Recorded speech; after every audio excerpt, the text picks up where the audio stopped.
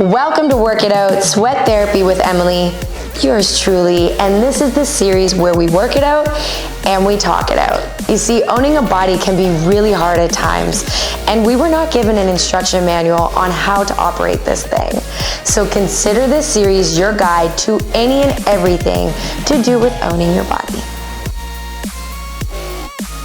Welcome to today's episode. I'm so excited because today we are talking all about how to get out of fight or flight mode while we do a fight workout with my bestie, who's gonna teach me this fight workout, which all you need is yourself and what, some light dumbbells? Some light dumbbells, light weights. And Sahar's gonna take us through it. Let's go. Everything you need to know. Just don't hurt me. I won't. Okay, so before we get deep into this and she starts whooping my behind, and it means you're behind too because you're going to be doing this with us. 100%. Let the people know who you are besides my bestie.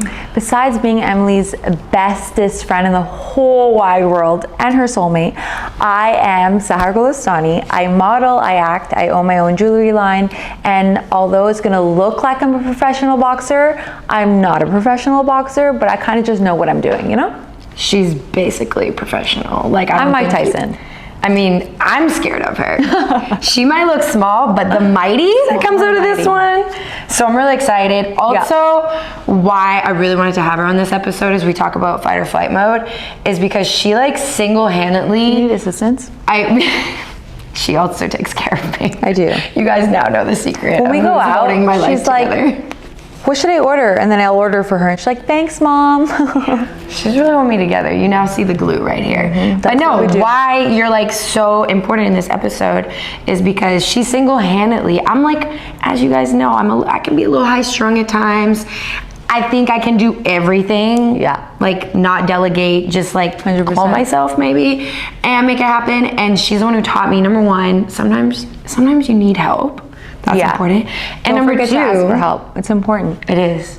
And number two, that there's always a solution for every problem, and that's going to tie into what we talk about today. Yeah. This girl's a problem solver. I see problems and I solve them, and it's really important to, you know. It is. It really is. Yeah. Are we ready to get warm? I'm ready. Deep dive into the science. Let's do it. You know I love science. Science. Is that part of the warm-up? I'm just gonna do everything you do. No. Okay. So I'm gonna take you through a very minimal boxing warm-up because usually there's a lot of jumping, a lot of plyometrics, a lot of jump squats. Look at you knowing what plyometric is. I'm so jump proud. ropes. We gotta do jump ropes. But we're gonna do the stretching part of it because that's also really important. I need it. So you know I love science and the science of the body, and that's partly what this whole series is about, so that you guys can learn your body more. And fight or flight mode might be something you've heard reference to. Yep. Like, you know, it's on the gram. It's been mentioned. And honestly, most of us were probably experiencing it during, let's not say what we went through, but what we all went through the last couple of years. And it essentially is something that's built into our nervous system. It's built into our body to help protect us, right? Like we're very evolved beings, but we still have these primal instincts to stay alive. And fight or flight mode, am I supposed to be doing this? Gulagas. Girl, your balance is so good. Okay. Oh, that's really tight. Are we going backwards? Yes. Come on. Who invited this one? Okay, I gotta go slow backwards. Now talk. Okay. Yeah, like touch your toes and talk and... Come on. Okay, now, yeah, she's really putting us through it. Jeez. Okay, so essentially fight or flight mode is something that has its purpose. So let's say we were living in the middle of the woods, which both of us can relate to, living in Canada. We're both from Canada. And this bear, you're going outside, you're leaving your house, and this bear comes up behind you, and it's like, what is gonna happen? You're gonna be scared of shit. Yeah, you're gonna be scared. Right. But I just like fuzzy animals. Okay, you know what? Her fight or flight might not fire. I run towards the fight. She's like, can I hug it? Yeah, she might not be a good example. But generally, your blood's gonna flow. There's going to be a nervous system response that's going to cause you to protect yourself, to run, to be on edge, right? And that's for a reason, adrenaline flowing. Okay, so although we have these things built in place for a reason, you know, to help us survive, thrive, sometimes it can work against us. And what I mean by that is sometimes you get stuck in that fight or flight mode when there's not a real threat. And that is where most of us, honestly, were residing during these last couple of years. And that is a very exhausting place to be. Because our nervous system Okay, we have a part of our nervous system where we don't think, it's our subconscious, it's autonomic, right? So it's just going. And that has our fight or flight or rest and digest. We're supposed to not spend all of our time in fight or flight, like on edge. Yeah, of course. We want to be in rest and digest. We like to rest and digest. We do, right? Because we also like to eat. You wake up, you have a snack, you take a nap, you wake up, you have a snack. That's what life is about, honestly. Yeah. It really is. But if you're not like conscious of it, you can just be like residing in fight or flight, like ready to fight everything, on edge. Like, you ever catch yourself where you're just like, especially LA, in traffic, and just like the littlest thing, like someone honking at you, you're like, yeah, like it sets so you off. angry. Right. That's exactly why I started boxing, because I had all this inner rage at the little things in life, but just getting so angry at it. So I needed to channel that somewhere, and that's why I started boxing. Yeah, and that release, bingo. And that's what we're gonna do today, is teach you like ways that you can, number one, peep that you're in that whole fight or flight mode. Yeah. And then number two, what to do about it. At least what I did about it. Because when she met me, I was like fight or flight mode. I thought that was normal. Yeah, no, she was always like afraid of everything. You make me sound like a punk. You're always scared. I was like, protect me. Then I came bodyguard. So let's do it. Let's do it. We have in our hands some little hand weights. You don't have to if you don't have any, or if you don't really feel like it, but you can use anything between 1 to 5 pounds, I would say, is sufficient enough. It just kind of adds something to your hands. It kind of makes your punches a little bit more precise. Yeah, just don't let go of it when you punch, like I'm probably gonna do. Do not let go of it. Okay. So what you want to do is you want to get in your fighter stance, which is your left foot in the front and your right foot behind you. If you're left-handed, then you're southpaw, and you're gonna do it the opposite direction. We're both right-handed, so we're gonna do it in this position here. So you're gonna put your arms up like this, hands protecting your face. You have your microphone and your telephone. Hello. Now, the common misconception is that a punch is a push. We're not pushing like this. We don't want to push. If there's a bag in front of you, you're not pushing the bag. Right. If you imagine you're punching as pulling, then you're gonna be punching in the right, correct form. So this is called your one. So you're always gonna step with your one. So if you imagine someone pulling your right shoulder back, this is the proper punch. You're That's such a good way to look at it. You're not pushing, you're pulling, okay? So this is your one, you step forward with your one. There you go. And then your hand always comes back. Oh, you see that? To your face, to protect your face. Now your two is with your right foot, it's gonna pivot. So, this is why you gotta stretch your hips. Okay. Do I have to make the noise? Yeah. So this is, your right foot is pivoting like this. So your one is your distance. This is my reach. Get off. So this is kind of like, oh, where are you? You're right here, okay.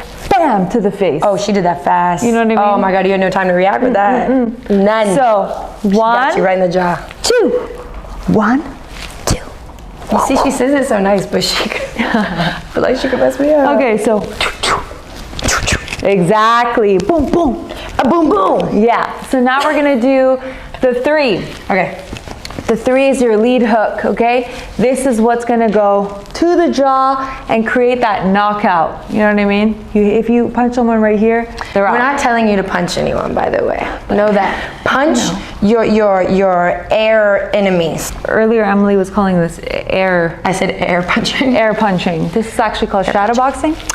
Okay, so now your 3, you're gonna have your elbow at a 90-degree angle like this. Your elbow is pointy. I'm about to get over here.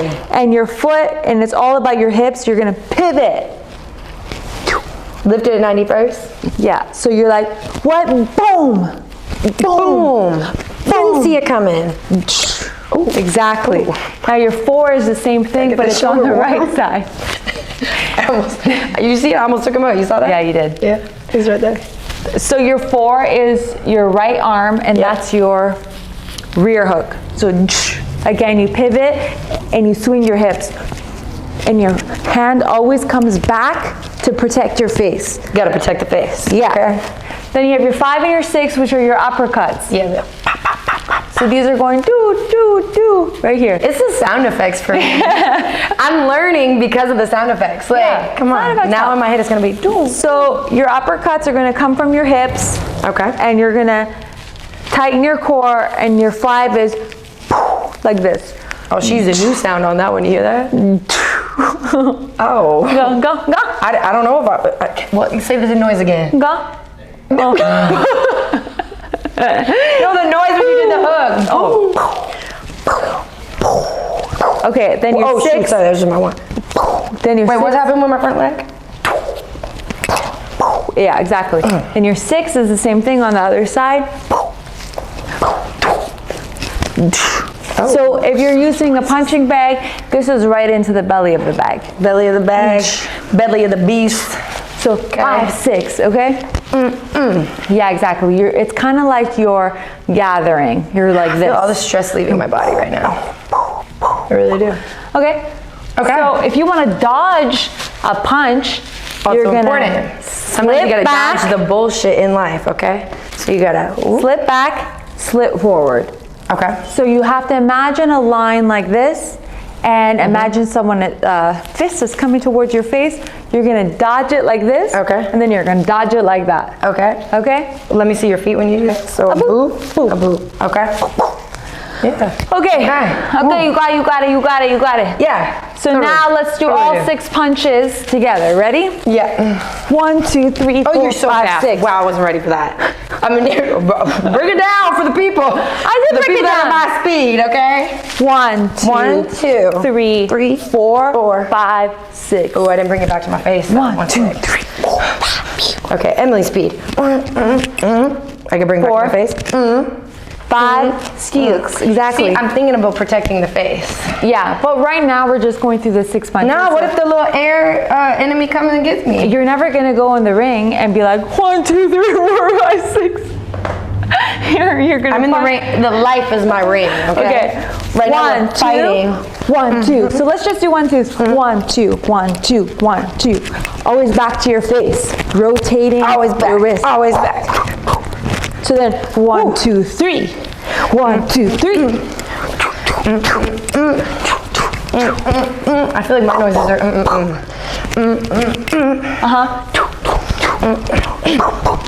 I'm making a funny face right now, aren't I? I know. This is my concentration face. Okay. 1, 2, 3, 4. Yeah. Exactly. Precise.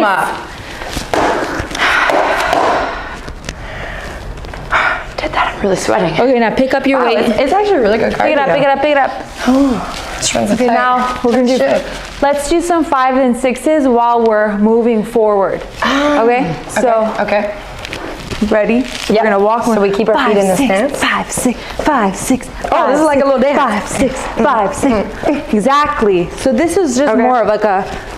You're getting your punches. I feel silly, you're but doing I some like cardio. Yeah. So if you have a bag, you'd be moving. You're my bag. Oh no! Okay. I get this. You're moving around the bag. Bag is still right. I'm not gonna punch you. So you're gonna move around your bag. 5, 6, 5. I feel like she's gonna make contact. 5, 6, like, 5, 6, 5, 6.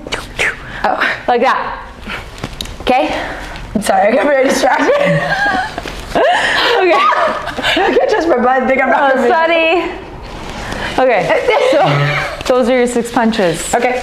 1, 2, 3, 4, 5, 6. And there's a lot of programs and apps you can download that will kind of just say those punches out to you, like 1, 3, 6, 5. They'll do these combos, and that's a great way to get started because someone's just kind of telling you what punches to do, and then you're just in your living room like cashing it out. And if you can get a bag, even better. Even better, but look, like this is something you don't need to be at the gym for. It's great movement, it's whole body movement. I'm already sweating. It's definitely cardio. And it's a great way to release all that stress. And that brings us to the very point that we're gonna talk about next, which is tips on how to, number one, like I said, recognize you're in fight or flight, and then what I kind of did to get myself like in rest and digest. Situated. Yes. Should we do some core while we talk about that? Sure. going back to the bear analogy, as we talked about, Sahar would hug the bear, but most of us would run, get scared, have fight or flight mode. If just one time you step out your house and you see that bear, you know, you live in the middle of the woods and it's just there, every time you step out of your house, you're going to be thinking that you need to be prepared to run or play dead or whatever your choice of fight or flight mode is, right? So that one experience is what then kind of put you in fight or flight mode even when you don't need to be, because the threat is no longer there. That is what I identified in my life.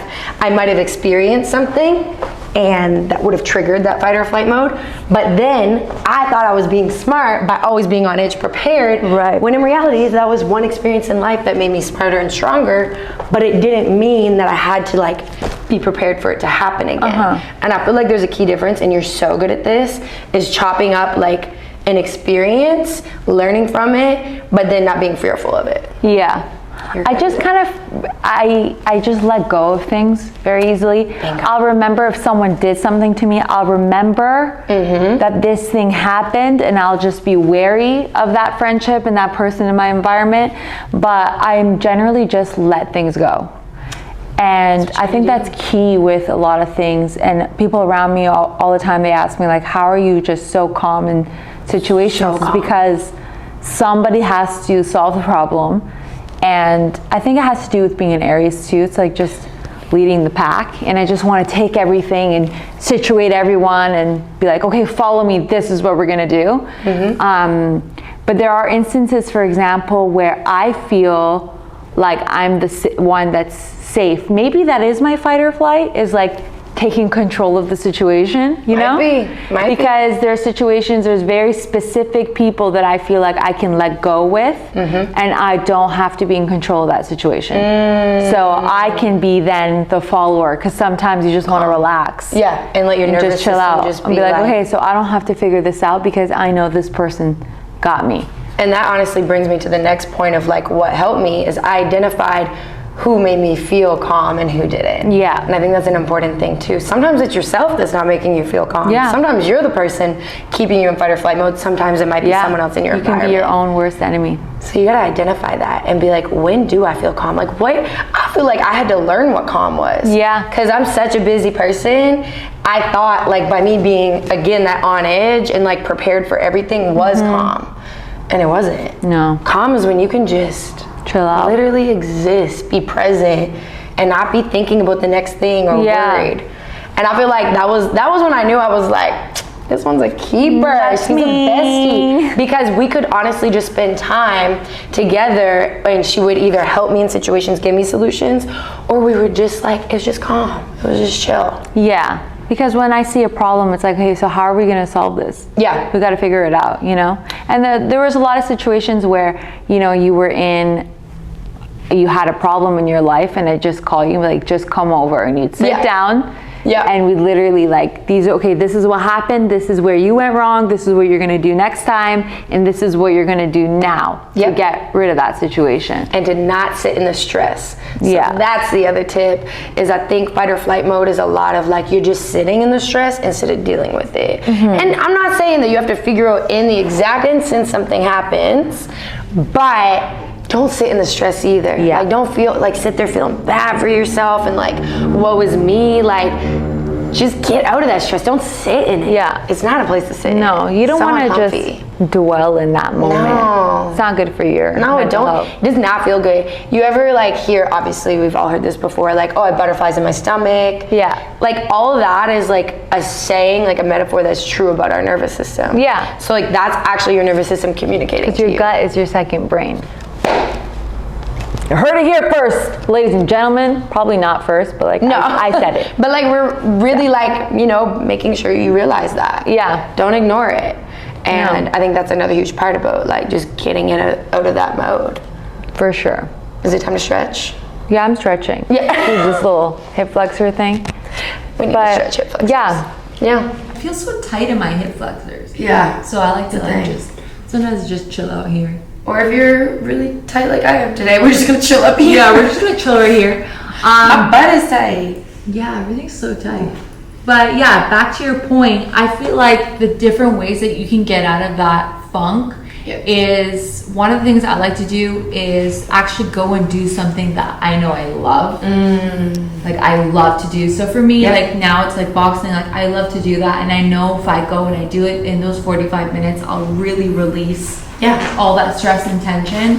Or for some people, it's just cardio in general, like go for a run or run on the treadmill or do something that you like. But if you know working out's not your jam, do whatever it is that you, whether it's like just having your favorite meal, that releases so many different endorphins in your body and hormones that it triggers the happiness. The happy and the calm. So like eat your favorite food. Music. Listen to your favorite song. Take a nice relaxing bath. Like go all out. Put rose petals in it. Put your favorite scents. You know, like have a self-care day. Or if you love to go shopping, go shopping, you know? Do those things that are going to get your mind off of the situation that you're in. And that release those. No, those are like all amazing tips, because the reality is, as much as we are the science that I talked about and our bodies are like so complicated, we're so simple at the same time. And I think we forget about some of these life simplicities that bring us back to the place that we're innately designed to be. We're not innately designed to be fighting werewolves and bears. Like you don't always have to be in that mode. And that's such a key point. As long as you're like checking back in and getting that place of happiness, that's what life is about. And I think that obviously there's some stress that we can't avoid. You know, there's some stuff that everyday life stresses gets thrown at us, right? But if you are constantly checking in with yourself and asking, is my nervous system calm right now, or am I wound the F up? Then that should be your like checkpoint. Or get really good friends that call you out when you are wound the F up. That helps too. 100%. You really call me out. Go be with your favorite people and do your favorite things. Do your favorite things. That really helps. And get off the internet when it's like making you have anxiety. 100%. Sometimes you can, honestly, fight or flight mode is also contagious. So you might not even have any personal threats, you know, to your safety or whatever you're, you know, triggered or feeling, but you're scrolling and absorbing all of that. 100%. You gotta protect yourself. And that's all, folks. I'm really stuck in this stretch. It's like really good. We're gonna be here for the rest of the day. And get you a friend that teaches you how to fight. That was really good. I definitely want to do more fighting cardio. You should. So definitely do that workout. Maybe in the caption we'll list some of the suggestion apps they can use too. Just to like do it at home. Just get moving, people, because honestly movement is the best solution too. Movement is medicine. An apple a day keeps the doctor away. Big facts. Does it though? It really, well, not apple, but the movement does. You were right on that. It's weird. Thanks for coming. Thanks for having me. Thanks for being me out. It's been a joy.